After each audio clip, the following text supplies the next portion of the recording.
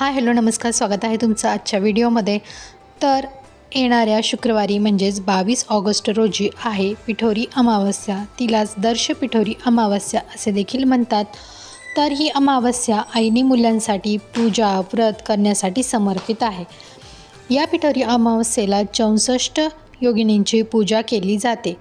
तर ही अमावस्या 22 ऑगस्ट रोजी दुपारी 11:56 सुरू होणार असून ती 23 तारखेला सकाळी 11:37 संपणार आहे.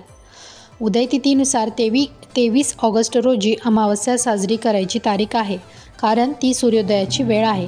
परंतु काही ठिकाणी व्रत पूजा ही 22 तारखेलाच केली जाते, कारण अमावस्या ही 11:56 सुरू होणार आहे व पूजा प्रदोष काळात केली जाते. त्यामुळे 22 ऑगस्ट रोजी प्रदोष मुहूर्त आहे संध्याकाळी 6:23 पासून रात्री 9:06 या काळात पूजा, स्नान, दान करण्यास विशेष फलदायी ठरते असे सांगितले जाते. तर या पिठोरी अमावस्या साजरी करण्यामागे एक कहाणी किंवा कथा आहे. ती अशी: आटपाट नगर होतं. तिथं एक गरीब ब्राह्मण राहत होता. त्याच्या घरी श्रावणातल्या अवसेच्या दिवशी वडिलांचे श्राद्ध असे. इकडे दरवर्षी काय होई, ज्या दिवशी श्राद्ध आहे त्या दिवशी सकाळपासून त्याच्या सुनेचे पोट दुखू लागे व ब्राह्मण जेवायला बसण्याच्या वेळेस बाळांत होऊन पोर मरून जाई. असं झालं म्हणजे ब्राह्मण तसेच उपाशी जात. असे 6 वर्ष झाले. 7व्या वर्षीही तसंच झालं. तेव्हा सासरा रागावला. ते मेलेलं पोर तिच्या ओटीत घातले. तिला रानात हाकलून लावलं. पुढे जाता जाता ती एक मोठ्या अरण्यात गेली. तिथे तिला झोटिंगाची बायको भेटली. ती म्हणाली, बाई तू कोणाची कोण? इथे येण्याचे कारण काय?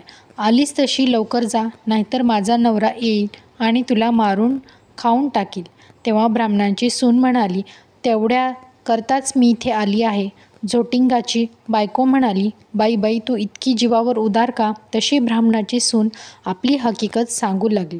ती म्हणाली, मी एका ब्राह्मणाची सून. दरवर्षी मी श्रावणातील अवसेच्या दिवशी बाळांत होते व मूल मरून जाते. त्याच दिवशी आमच्या घरी माझ्या आजेसासऱ्यांचे श्राद्ध असे. माझे असं झालं म्हणजे श्राद्धास आलेले ब्राह्मण उपाशी जात. अशी 6 बाळंतपणं माझी झाली. 7व्या खेपेला सुद्धा असंच झालं. तेव्हा मामांजी माझा राग आला. ते मला म्हणाले, माझा बाप तुझ्या बाळंतपणामुळं 7 वर्ष उपाशी राहिला, तर तू घरातून चालती हो. असं म्हणून ते मेलेलं मूल माझ्या ओटीत घातलं आणि मला घालवून दिलं. नंतर मी इथे आले. आता जगून तरी काय करायचे आहे, असं म्हणून रडू लागली. तशी झोटिंगाची बायको तिला म्हणाली, बाई तू भिवू नको, घाबरू नको. अशीच थोडी पुढे जा, तिथं तुला एक शिवलिंग दृष्टीस पडेल. बेलाचं झाड लागेल. तिथे एका झाडावर बसून राहा.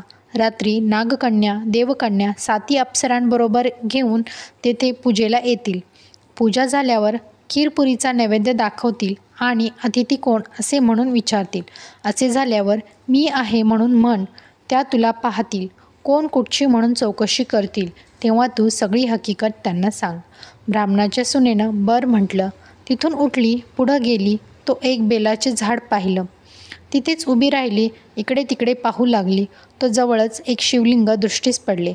तशी ती शेजारच्या झाडावर बसून राहिली. इतक्यात रात्र झाली. तशी नागकन्या, देवकन्या आणि 7 अप्सरांच्या स्वाऱ्यासुद्धा आल्या. त्यांनी शिवलिंगाची पूजा केली, नैवेद्य दाखवला आणि अतिथी कोण आहे म्हणून विचारलं. त्याचबरोबर ती खाली उतरली. मी आहे म्हणून म्हणाली. तेव्हा सगळ्यांनी मागे पाहिलं. त्यांना आश्चर्य वाटलं. तिची कोण कुठली म्हणून चौकशी केली. तिनं सर्व हकीकत सांगितली.